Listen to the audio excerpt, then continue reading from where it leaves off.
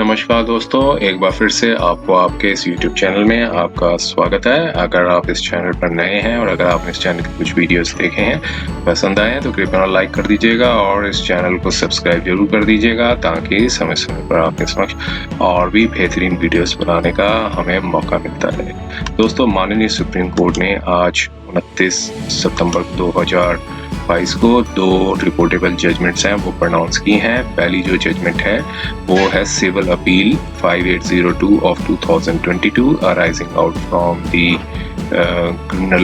Civil appeal 12612 of 2022। ये X है जो अपीलेंट है और प्रिंसिपल सेक्रेटरी हैं health and family welfare department जो कि रिस्पोंडेंट्स हैं। तो और इसमें ये एक लेंथी जजमेंट है और इसमें जो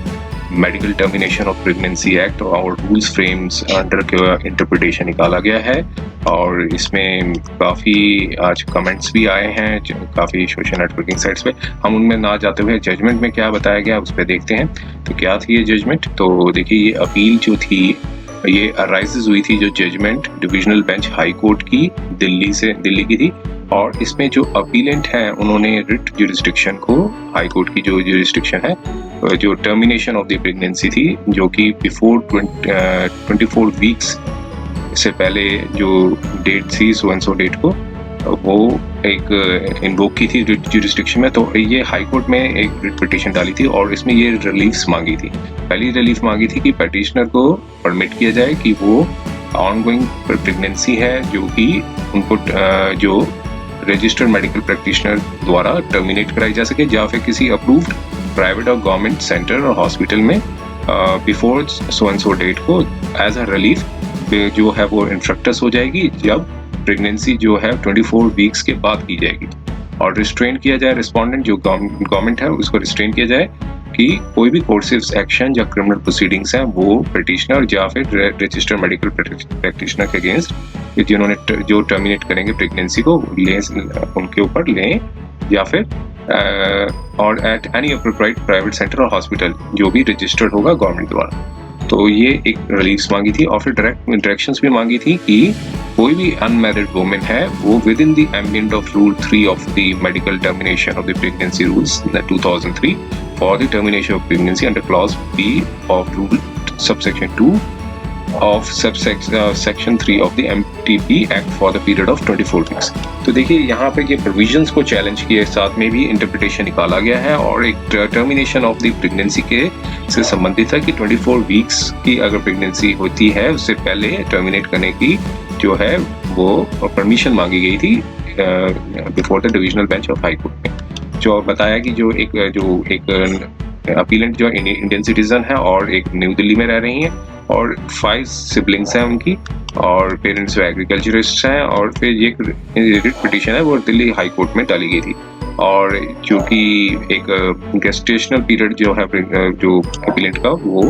22 वीक्स का है और एक अनमैरिड वुमेन है वो 25 इयर्स के आसपास एज है और वो प्रेग्नेंट है और एक कॉन्सेंशुअल रिलेशनशिप एस्टेब्लिश हुआ था और लेकिन उनके जो पार्टनर ने रिफ्यूजल कर दिया था मैरिज करने के लिए और वो अब इस प्रेगनेंसी को आगे नहीं करना चाहती और बल्कि एक सोशल स्टिग्मा और हरासमेंट होगा अगर जो कि अनमैरिड सिंगल पेरेंट्स होते स्पेशली वुमेन। तो इसलिए उन्होंने कहा कि वो जो लेवलीहुड नहीं है उनके पास तो वो मेंटली प्रिपेयर नहीं है कि वो इस बच्चे जो चाइल्ड को अनमैरिड जो मदर के चाइल्ड को वो नर्चर करे और रेज कर सके। तो इसलिए जो अपीलेंट ने परमिशन मांगी terminate of the pregnancy under section 3 sub part 2 sub part B of NTP act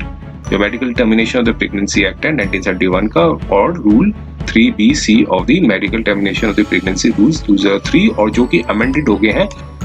जो 12 अक्टूबर 2021 को। और एक अपीलेंट ने इंस्टीट्यूट की थी क्रिमिनल मिसलेनियस एप्लीकेशन की इंटरिम रिलीफ के लिए कि टर्मिनेट कर दी जाए प्रेगनेंसी को during the pendency of the writ petition. तो हाई कोर्ट ने जो है वो 15 जुलाई 2022 को नोटिस इशू किया था लेकिन सिर्फ रिस्ट्रिक्ट की थी प्रेयर सी थी जो टर्मिनेशन ऑफ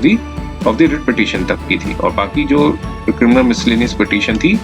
उसको रिजेक्ट कर दिया जिसमें प्रेयर्स भी A और B जो है वो रिजेक्ट कर दी गई थी। हाई कोर्ट ने ऑब्जर्व किया कि जो सेक्शन 3(2) सब part B of MTP act है वो इनएप्लीकेबल है इस फैक्ट्स और प्रेजेंट केस पे। और क्योंकि एप्लीकेंट एक अनमैरिड वुमन है, उनकी जो प्रेगनेंसी अराइजेज हुई है कॉन्सेंशुअल रिलेशंस में, तो ये कवर्ड नहीं होती हैं सब क्लॉजेस बी और rule 3B of the MTP act, MTP rules के लिए। तो हाई कोर्ट ने ये चीजें जो है हेल्ड की, और इसके बाद ये ऑर्डर ऑफ हाई कोर्ट की बेसिस पे ये अपील राइज हुई, नोटिस इशू हुआ, और पिटीशन में for special leave to appeal on by 21 जुलाई 2022 को, और 21 जुलाई 2022 को मॉडिफाई कर दिया हाई कोर्ट के ऑर्डर को, और अपीलेंट को जो है वो टर्मिनेट मतलब जो प्रेगनेंसी को टर्मिनेट परमिशन ग्रांटेड कर दी कि टर्मिनेट कर सके। कोर्ट ने ये एडेंटिव जो है वो ऑर्डर जो है वो पास कर दिया, और फिर ये सारा डिटेल्स था। और इसके बाद फिर देखिए जो रिट पिटीशन थी जो हाई कोर्ट की, वो क्योंकि वो रिलीफ मिल गया था पिटिशनर को, तो फिर जो रिलीफ थी रिट पिटीशन जो पेंडिंग थी दिल्ली हाई कोर्ट में, वो ट्रांसफर कर दी इस हाई कोर्ट में। अब इस माननीय सुप्रीम कोर्ट ने इन सब का इंटरप्रिटेशन निकाला है rule 3B of MTP rules का, और विद द एमटीपी एक्ट के अकॉर्डिंगली। तो इसके जो सबमिशंस दिए गए, कंसीडर किए गए, लेंथी जजमेंट है काफी ज्यादा, और इसके जो रूल 3 को अच्छे से एनालाइज किया, सेक्शन 3 ऑफ एमटीपी एक्ट को जो क्या कहता है, उस सारी डिटेल्स को इन्होंने माननीय सुप्रीम कोर्ट इस जजमेंट पे एनालाइज किया है। और इसके बाद जो रूल 3B है उसको भी जो medical termination of pregnancy amended rule है 2021 का, उसको उन्होंने माननीय सुप्रीम कोर्ट ने एनालाइज किया, और बाद में इस सब का एक इंटरप्रिटेशन निकाला। चूंकि सिर्फ ये जो है वो ये पूरी जजमेंट में एक इंटरप्रिटेशन निकाला गया है कि रूल 3B जो है वो उसका जो नैरो इंटरप्रिटेशन निकाला जाए, कि नैरो इंटरप्रिटेशन निकाला जाए, रिस्ट्रिक्टिव एंड नैरो इंटरप्रिटेशन निकाला जाए, रादर देन कि वो एक अनकॉन्स्टिट्यूशनल है कि नहीं है। इसके ऊपर उन्होंने अभी जो है वो कोई मतलब स्ट्रक डाउन का कोई ऐसा कुछ ऑर्डर नहीं आया, लेकिन ये बताया कि जब कोई इंटरप्रिटेशन जो है प्रोविजंस के पॉसिबल हो सकते हैं, अगर दो पॉसिबल है तो कोर्ट्स को जो कंस्ट्रक्शन है, जो इंटरप्रिटेशन है, वो जिसका इफेक्ट आएगा प्रोविजन में, रादर देन कि वो टेंडर करें कि जो प्रोविजन है इनऑपरेटिव हो। तो इसलिए कोर्ट को प्रेफर करना चाहिए जो कि कॉन्स्टिट्यूशनल स्टैट्यूटरी प्रोविजंस के। नैरो और स्ट्रिक्ट इंटरप्रिटेशन जो है स्टैट्यूटरी प्रोविजंस का, वो काउंटर करता है कॉन्स्टिट्यूशनल मैंडेट को, और ऐसे केसेस में उसे अवॉइड करना चाहिए। ऐसा इंटरप्रिटेशन निकाला है पूरी लेंथी जजमेंट में, और साथ में ये निकाला बाद में कंक्लूजन निकाला जो रूल 3B है रिस्ट्रिक्टिव एंड नैरो इंटरप्रिटेशन जो है वो जो होगा वो उसे would previously close to holding is unconstitutional. जो रूल 3B है उसको माननीय सुप्रीम कोर्ट ने इसे अनकॉन्स्टिट्यूशनल कह दिया, क्योंकि ये डिप्राइव करता है अनमैरिड वुमेन को कि वो to safe access and the legal abortions, अगर बीच में अगर कोई प्रेगनेंसी 20 से लेकर 24 वीक्स तक की है। तो इसलिए रूल 3B को उन्होंने एक तरह का वो इंटरप्रिटेशन निकाल के कहा है कि ये डिस्क्रिमिनेट करता है अनमैरिड वुमेन्स को, जो कि जो मेजर रिलीफ जो इसमें डिफरेंशिएट करता है मैरिड और अनमैरिड वुमेन्स को। तो इसके बाद अब इसे rule 3 sub part 2 part B of MTP act को भी एनालाइज किया, और कहा कि अगर ये रूल 3B के साथ देखा जाए, जो अबॉर्शंस की जाती हैं 20 एंड 24 वीक्स के में,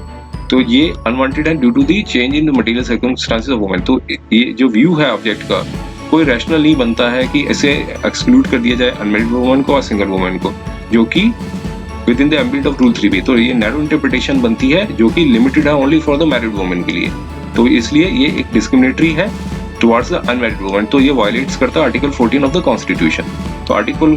जो 14 है कि वो स्टेट जो है वो रिफ्रेन करे from denying any person equality before the law, equal protection of the law. तो इसलिए प्रोहिबिट करना अनमैरिड वुमेन को, सिंगल प्रेग्नेंट वुमेन्स को जो कि 20 से 25 वीक्स तक की हैं, और फ्रॉम असेसिंग द अबॉर्शन जो है, और अलाउ कर दें मैरिड वुमेन्स को। तो ये क्या कहते हैं आर्टिकल 14 की जो स्पिरिट के जो गाइडिंग आर्टिकल 14 को ये वायलेट्स करता है, इसमें डिस्क्रिमिनेटरी है। तो ये एक जो साथ में ये थोड़ा सा ये चीज बताई कि राइट्स क्या है, रिप्रोडक्टिव ऑटोनॉमी और dignity and privacy,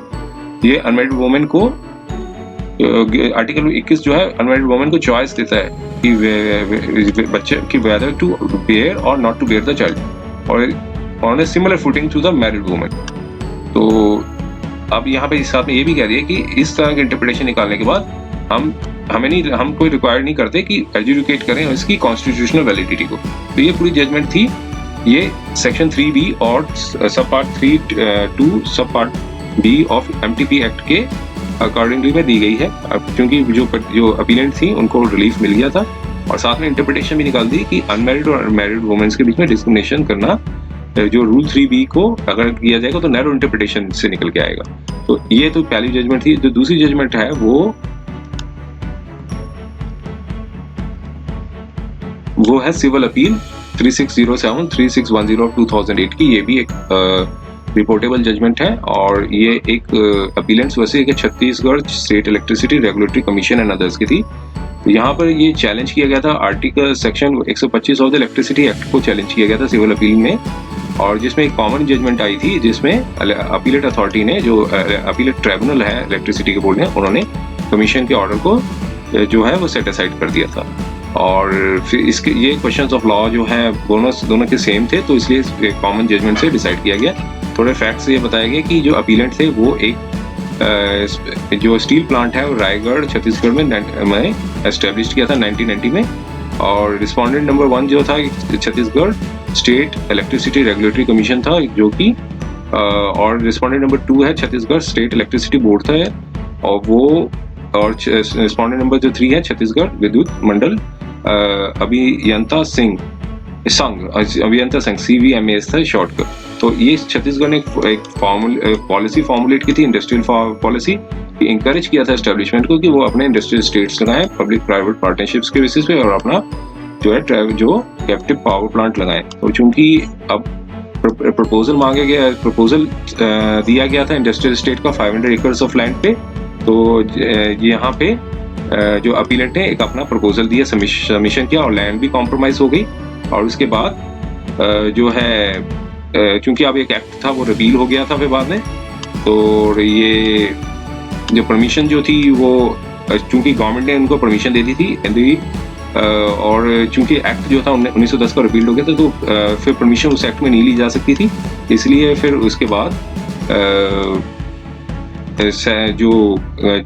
application file की थी अपीलेंट ने कि डिस्ट्रीब्यूशन लाइसेंस के लिए under commission under section 14 of the 2003 act के अंदर, और उनको जो है लाइसेंस की जो परमिशन है वो दे दी गई थी। लेकिन उसके बाद जो है नोटिस भी इशू किए गए और पब्लिकेशंस में ऑब्जेक्शंस भी इनवाइट किए गए, और उसके बाद रिस्पोंडेंट 2 और 3 और एक थर्ड ऑब्जेक्शन थे, उन्होंने भी अपने ऑब्जेक्शंस लिए, लेकिन कमीशन ने जो है वो रिजेक्ट कर दिया कि इनका कोई लोकल स्टैंडर्ड नहीं है। और इसके बाद कॉरेस्पॉन्डेंस प्लेडींग्स एक्सचेंज हुई कमीशन और अपीलेंट के बीच में, और कमीशन ने एक फ्रेम किया कि टोटल 5 इश्यूज रेज किए और डिसाइड किया कि डिस्ट्रीब्यूशन लाइसेंस है अंडर सेक्शन 14 और 2003 एक्ट के अंदर दे दिया जाए। और उसके बाद ये सारा डिटेल ऑर्डर दिया गया। फिर उसके बाद चैलेंज किया गया इस अथॉरिटी के ऑर्डर को, और चूंकि फिर उसके बाद अपीलेट जो है उसको फिर साथ में एक बताया गया कि जो अपीलेंट है वो फाइन भी थे 1 लाख रुपए का अंडर सेक्शन 12 ऑफ 2003 एक्ट के अंदर, क्योंकि लाइसेंस लेने से पहले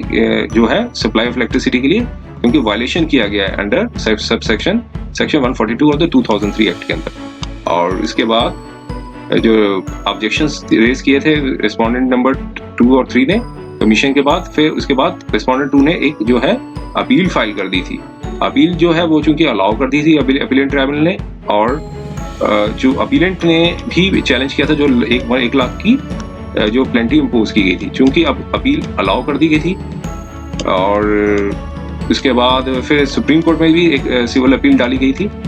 और सुप्रीम कोर्ट ने अलाउ कर दी सिविल अपील को, और जो है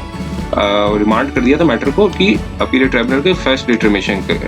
डिटरमिनेशन के लिए। और अपीलेट अथॉरिटी ट्राइब्यूनल ने फिर कंसीडर किया मैटर को, और इस टाइम जो मतलब इस समय फिर उसके बाद जो है वो कमीशन के ऑर्डर को रिजेक्ट कर दिया गया। और उसके बाद फिर अपील डाली गई, डिटेल काफ़ी लेंथी जजमेंट है, और लास्ट में फाइनल कंक्लूजन यही आया कि जो अपीलेट अथॉरिटी का जो ऑर्डर है वो उसको सेट असाइड कर दिया, और कहा कि जो कमीशन ने था कि पूरा एप्लीकेशन ऑफ माइंड यूज किया था, और लाइसेंस जो ग्रांट किया गया था फॉर द अपीलेंट को डिस्ट्रीब्यूशन ऑफ द इलेक्ट्रिसिटी के लिए वो एकदम करेक्ट था। तो अपीलेट अथॉरिटी ट्राइब्यूनल का कोई राइट नहीं था बनता कि वो कैंसिल करे, सेटिंग असाइड करे लाइसेंस जो है अपीलेंट को जो दिया गया है, तो इसलिए जजमेंट जो है उसको सेट असाइड कर दी। तो ये था, देखिए आज माननीय सुप्रीम कोर्ट ने ये 2 ऑर्डर्स दिए थे, ये 2 जजमेंट्स दिए थे, सॉरी। और अगर ये वीडियो आपको पसंद आया तो कृपया से लाइक कर दीजिएगा और इस चैनल को सब्सक्राइब जरूर कर दें, ताकि समय समय पर आपके समक्ष और भी बेहतरीन वीडियोस बनाने का हमें मौका मिलता रहे। समय देने के लिए बहुत बहुत धन्यवाद।